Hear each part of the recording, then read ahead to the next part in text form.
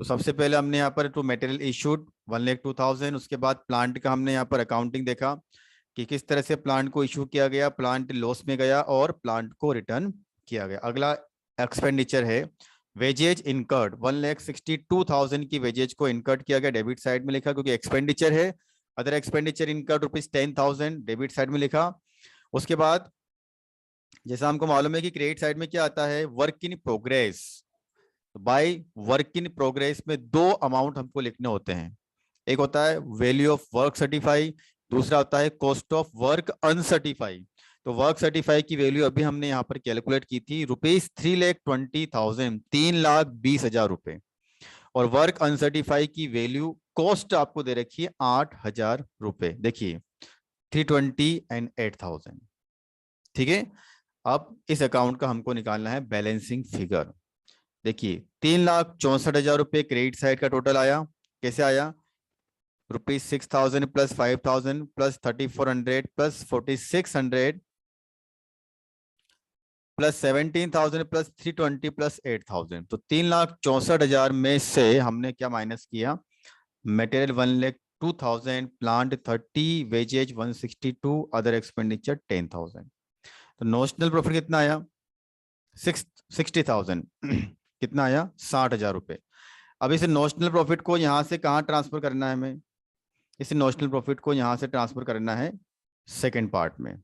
ठीक है, और इसमें से कितना amount profit and loss account में आने वाला है तो 60,000 में से कितना amount profit and loss account में ट्रांसफर होगा, उसके लिए हम कौन सी कैलकुलेशन करते हैं, उसके लिए हम कौन सी कैलकुलेशन करते हैं उसके लिए हम कैलकुलेशन करते हैं कि वर्क सर्टिफाई कॉन्ट्रैक्ट प्राइस का कितना परसेंट है, वर्क सर्टिफाई कॉन्ट्रैक्ट प्राइस का कितना परसेंट है, ये कैलकुलेशन हम करते हैं। ठीक है, तो एक बार मैं बेसिक कैलकुलेशन आपको बताता हूं। देखिए सबसे पहले वर्क सर्टिफाई, ठीक है, तो वर्क सर्टिफाई कितना हमारा इसमें यहाँ पर ₹3,20,000। उसके बाद कॉन्ट्रैक्ट प्राइस कितनी है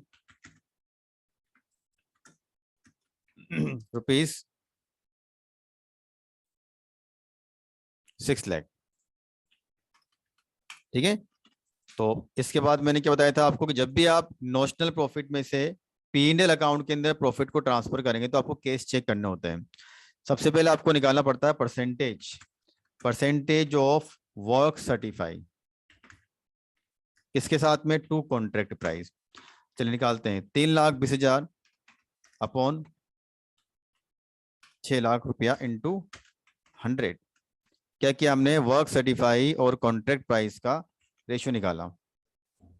ठीक है, अब वर्क सर्टिफाई कितना रेशियो निकला, 320 अपॉन 6,00,000 इंटू 100, 53.33%, 53.33%। इसका मतलब क्या हुआ, वर्क सर्टिफाई कॉन्ट्रैक्ट प्राइस का 53.33% है। फिर इसमें कौन सा केस लगेगा कि यदि वर्क सर्टिफाई कॉन्ट्रैक्ट प्राइस के 50% या उससे ज्यादा हो जाता है तो नोशनल प्रॉफिट का कितना अमाउंट P&L में जाता है, उसका फॉर्मूला मैं यहाँ पे लिख रहा हूं। तो नोशनल प्रॉफिट इंटू 2/3, इसके पहले भी हम यहाँ पर 2 बार इसकी प्रैक्टिस कर चुके हैं। ठीक है, इंटू 2/3। ठीक है, फिर मल्टीप्लाई किससे करना है, cash received upon work certified. ठीक है, ये हमारा एक बेसिक कैलकुलेशन है वर्क सर्टिफाई और कॉन्ट्रैक्ट प्राइस का। अब देखिए नोशनल प्रॉफिट कितना है, देखिए इस क्वेश्चन में सॉल्यूशन अलग क्यों आ रहा है उसका रीजन बताऊंगा मैं आपको, लेकिन पहले जो बेसिक कैलकुलेशन हम करते हुए आए हैं उसको बता रहा हूं। नोशनल प्रॉफिट है 60,000 रुपए, ठीक है, इंटू 2/3, 2/3, ठीक है, into cash received. Cash received था इसमें अब 2,56,000 रुपए, वर्क सर्टिफाइड था 3,20,000 रुपए।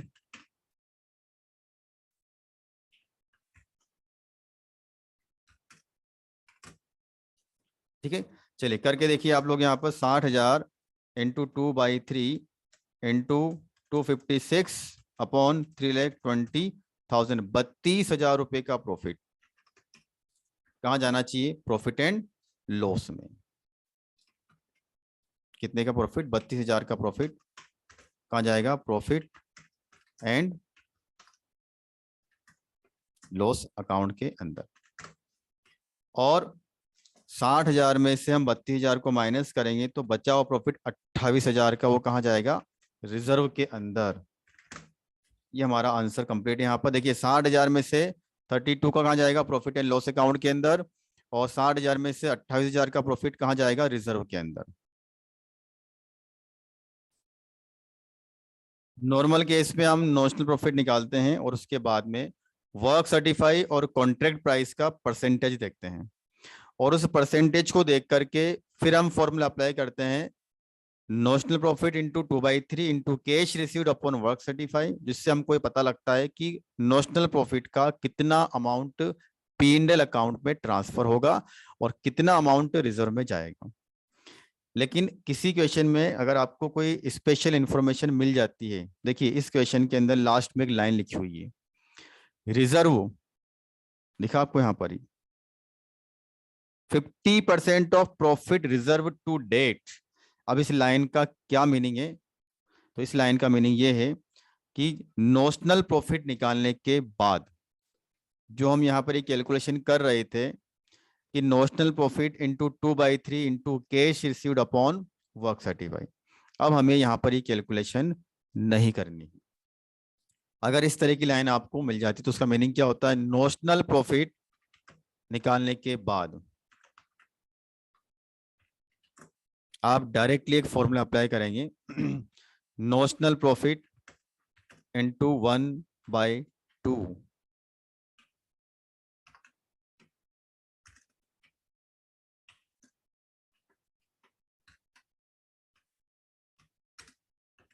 Into cash received upon work certified. ठीक है, अब इस फॉर्मूले से क्या होगा? देखिए ध्यान से, बेसिक प्रिंसिपल क्या बोलते हैं इसमें यहाँ पर कि जो फॉर्मूला हमने अभी अप्लाई किया था, वर्क सर्टिफाई और कॉन्ट्रैक्ट प्राइस का परसेंटेज निकाला, उसके बाद जो फॉर्मूले दिए हुए हैं 3 से लेके 4, उस फॉर्मूले को हमने यहाँ पर अप्लाई किया, उससे क्या निकलता है? Amount transfer to P&L account. लेकिन यदि किसी क्वेश्चन में इस तरह की स्पेसिफिक इंफॉर्मेशन दे दी जाए कि आपको 50% प्रॉफिट रिजर्व में ट्रांसफर करना है, तो इस फॉर्मूले में हमको ये चेंज करना होगा। तो इस कैलकुलेशन से जो अमाउंट आएगा वो अमाउंट आएगा अमाउंट ट्रांसफर टू रिजर्व। ठीक है, चलिए अप्लाई करते हैं। नॉशनल प्रॉफिट आपका 60,000 है, इंटू 1/2। ठीक है, फिर मल्टीप्लाई करेंगे, कैश रिसीव कितना है? 256, वर्क सर्टिफाई 3,20,000। अब इस फॉर्मूले से जो आंसर आएगा वो P&L का अमाउंट नहीं आएगा, वो रिजर्व का अमाउंट आएगा। ये आपको यहाँ पर ध्यान रखना है कि इसी कैलकुलेशन से जो आंसर हमारा आया, जितना भी आंसर आएगा वो आएगा रिजर्व का अमाउंट। तो आप करके देखें, 60,000 इंटू 1/2 इंटू 256 अपॉन 3,20,000, 24,000 रुपए का अमाउंट हमारा इसमें आएगा। और ये अमाउंट आएगा जो हम रिजर्व में ट्रांसफर करने वाले हैं। मतलब नॉर्मल कैलकुलेशन यदि हम करते तो नॉशनल प्रॉफिट का कितना अमाउंट P&L में जाता वो हम निकालते हैं। ठीक है, नॉर्मल कैलकुलेशन यदि हम करते हैं यहाँ पर, और वर्क इन प्रोग्रेस मतलब रिजर्व का अमाउंट यहाँ पर बैलेंसिंग फिगर आता। लेकिन अभी क्या हो रहा है इसमें, यहाँ पर रिजर्व का अमाउंट तो इसमें यहाँ पर हमने कैलकुलेट किया इस कैलकुलेशन से 24,000 रुपए। ठीक है, तो बैलेंसिंग फिगर क्या आया? To P&L 36,000। तो 60,000 के प्रॉफिट में से 24,000 तो हमने अभी कैलकुलेट कर लिया जो रिजर्व में ट्रांसफर होगा। ठीक है, तो बैलेंसिंग फिगर कितना बचा? 36,000, और ये आएगा प्रॉफिट एंड लॉस अकाउंट के नाम से।